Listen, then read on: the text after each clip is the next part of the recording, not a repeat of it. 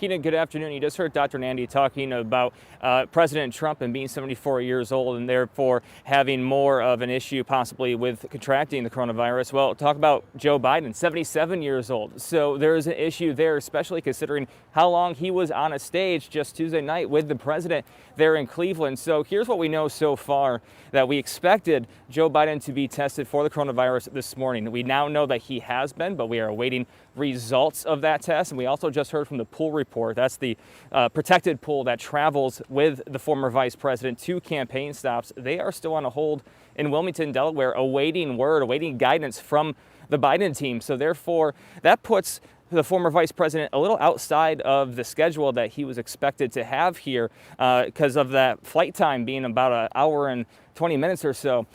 He was supposed to be here and giving a speech sometime after 1 o'clock. That is all up in the air now. We're kind of in uncharted territory. And if you have paid attention to this campaign, the campaign itself, the Biden team has really prided itself on following guidelines and setting an example. So it will be interesting to see what happens here moving forward, considering that when you are in contact with somebody that tests positive, that usually it means that you're supposed to quarantine for 14 days. So it's just a wait and see pattern at this point. Keenan?